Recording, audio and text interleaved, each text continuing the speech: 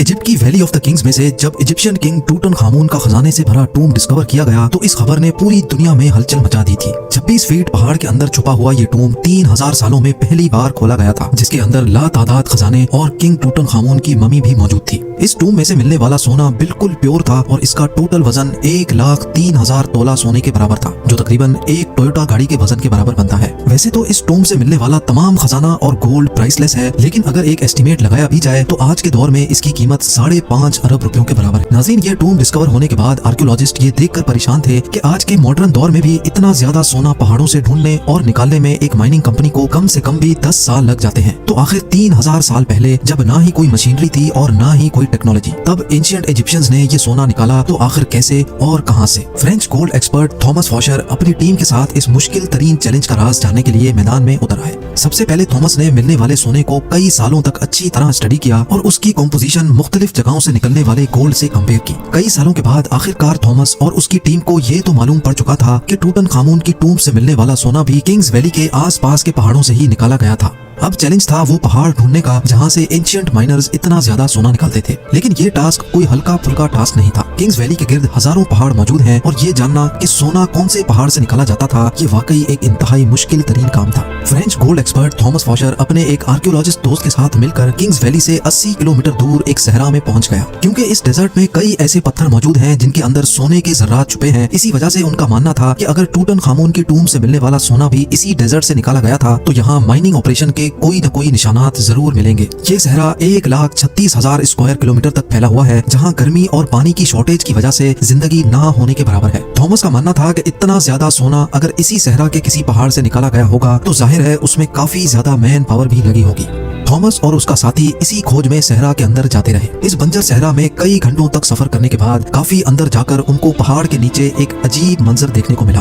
करीब जाकर मालूम पड़ा कि ये एक कदीम जमाने का कुआं था जो पूरी तरह से खुश्क पड़ा हुआ था। ये बात तो जाहिर थी कि ये कुआं किसी दौर में यहाँ से गुजरने वाले काफिलों को पानी फराहम करता था, लेकिन हैरत अंगेज तौर पे यहाँ कुछ और भी था जो इस कुएं से भी ज्यादा इम्पोर्टेंट था। जी हाँ, थॉमस और उसके साथी को यहाँ एक पुराना कमरा भी बना हुआ दिखा जो अंदर से एक इबादतगाह का मंजर पेश कर रहा था। इस कमरे की दीवारों और छत पर काफी मेहनत से पत्थरों पर कार्विंग करके पेंटिंग्स बनाई गई थी। जब इस आर्ट वर्क को गौर से देखा गया तो इसमें एक ऐसा राज छुपा था जिसको देखकर यकीन करना मुश्किल था। थॉमस के साथ आया दोस्त जो कि एक आर्कियोलॉजिस्ट था, उसने बताया कि इस पेंटिंग में वही राज छुपा है जिसकी तलाश में हम लोग निकले हैं।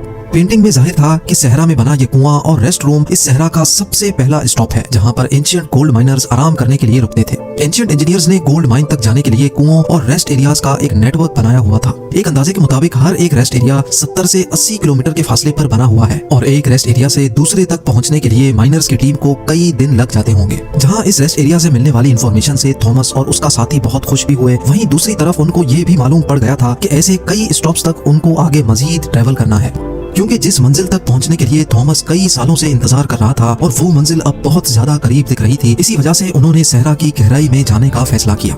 बंजर सहरा में एक के बाद दूसरा रेस्ट एरिया आता गया, लेकिन गोल्ड माइन जैसी कोई चीज नजर नहीं आई। आखिरकार पूरे 2 दिनों के बाद थॉमस को एक पहाड़ के किनारे पड़े ढेर सारे पत्थर दिखाई दिए। देखने में तो ये एक नॉर्मल सीन था, लेकिन थॉमस का मानना था कि ये जगह एंशिएंट गोल्ड माइनर्स का कैंप लगती है। और हुआ भी कुछ ऐसा ही। जी हाँ, इस जगह पर पत्थरों से बने कुछ ऐसे टूल्स मिले जिनकी मदद से पत्थरों को तोड़कर उनके अंदर से सोना निकाला जाता था। ये पत्थर जो दिखने में एक नॉर्मल पत्थर लगता है, इसको इस टूल की मदद से तोड़कर क्रश किया जाता था और फिर उस क्रश में से सोने के जर्रात अलग किए जाते थे। जब इस जगह मजीद सर्चिंग की गई तो यहाँ गोल्ड माइनिंग के कई टूल्स जमीन पर पड़े दिखाई दिए। क्योंकि थॉमस को एंशिएंट गोल्ड माइनिंग टेक्निक्स के बारे में काफी ज्यादा जानकारी थी, इसी वजह से उसका मानना था कि एंशिएंट माइनर्स इन पहाड़ों को खोद खोद कर इनमें टनल्स बनाते थे। इन टनल्स में खास किस्म के पत्थर ढूंढकर उनको इस माइनिंग कैंप में लाया जाता था जहां वो इस वक्त मौजूद हैं। माइनिंग कैंप में मौजूद माइनर्स की दूसरी टीम इन पत्थरों को क्रश करके इनमें से सोना निकालती थी और फिर वो सोना किंग्स वैली में भेजा जाता था।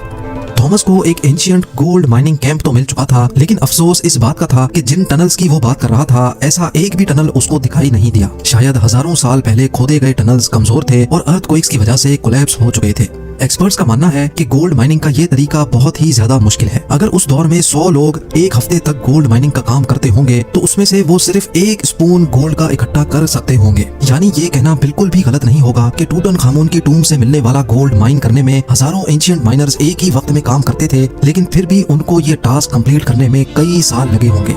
माइन किया गया सोना छोटे छोटे ज़रात की फॉर्म में किंग्स वैली में भेजा जाता था, जहाँ पर एक अलग टीम उनको मुख्तलिफ शेप्स में ढालती थी, जिसमें टूटनखामुन का death mask, coffin, statues, jewellery, chairs और गोल्ड चैरियट भी शामिल था। 1922 में जब हॉवर्ड कार्टर ने ये टूम डिस्कवर किया था, तब उसमें 5000 मुख्तलिफ किस्म की चीजें मौजूद थी। इन तमाम चीजों का कैटलॉग बनाने में ही ब्रिटिश आर्कियोलॉजिस्ट को पूरे 10 साल लग गए थे।